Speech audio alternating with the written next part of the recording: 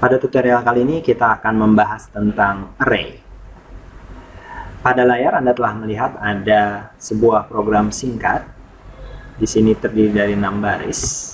Pada program ini kita akan membuat sebuah array dengan ukuran 5. Tipe datanya adalah integer. Ditulis dalam bentuk seperti pada baris ketiga di sini. Integer spasi A adalah nama variabelnya. Kurung siku buka 5, kurung siku tutup. Kurung siku buka dan kurung siku tutup dapat diisi diantaranya dan diantara kurung siku ini dengan angka yang menunjukkan jumlah array, jumlah elemen array. Pada contoh kita ini adalah array 1 dimensi, dan setelah deklarasi dari variabel A tipe data integer dengan jumlah elemennya 5, kita akan mencoba mencetak. Pada baris keempat terlihat perintah printf %5i, artinya format 5 digit dari integer, dan mencetak elemen array indeks ke 0. Kenapa indeksnya ke 0? Karena saat kita menyatakan di sini array A ukurannya 5, maka sebenarnya akan dibuat kumpulan dari tipe data integer sebanyak 5 buah. Akan diberikan indeks atau ID untuk masing-masing elemennya dimulai selalu dari 0, 1, 2, 3, 4. Jadi kalau integer A 5 di sini, artinya ada 5 elemen dimulai dari indeks 0 hingga 4. Pada baris keempat, kita hanya akan memerintahkan bahasa C, program C kita untuk mencetak hanya A ke 0. Lalu ini adalah perintah return sebagai akhir dari program. Kalau ini saya eksekusi, maka hasilnya adalah,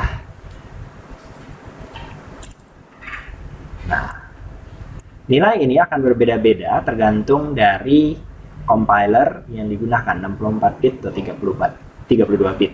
Seperti yang Anda lihat di sini saya menggunakan versi yang 64 bit. Pada setiap komputer dengan spesifikasi hardware yang berbeda juga dapat menghasilkan kondisi yang berbeda. Kenapa nilainya begini? Karena setelah kita buat, belum kita nyatakan isinya sama sekali. Baik indeks ke 0 hingga indeks ke 4, isinya kosong atau 0. Saya coba ganti di sini. Saya menggunakan compiler yang 32 bit. Oke, angkanya terlihat sedikit berubah, beda.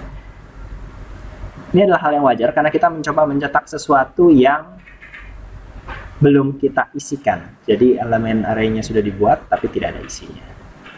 Nah, pada contoh yang kedua, codingnya di sini, saya membuat kembali integer A 5, tapi isinya langsung dibuat, langsung diberikan. Deklarasi di bagian ini adalah bagian deklarasinya, lalu langsung diinisialisasi di sini. Cara mengisi array adalah dengan menggunakan kurung kurawal buka, lalu setiap elemennya dipisahkan dengan koma. Jadi ini adalah elemen ke-0, ini adalah elemen ke-1, ini adalah elemen kedua, ini adalah elemen ketiga, dan ini ke-4. Ingat, penomoran elemennya selalu dimulai dari 0. Setelah baris 3 dieksekusi, akan ada sebuah variabel A, tipe datanya integer dalam bentuk array. Isinya adalah 7, 3, 9, 15, dan 12. Pada baris keempat dicetak format integer dari A ke 0. A ke 0 adalah ini, jadi yang tercetak adalah 7.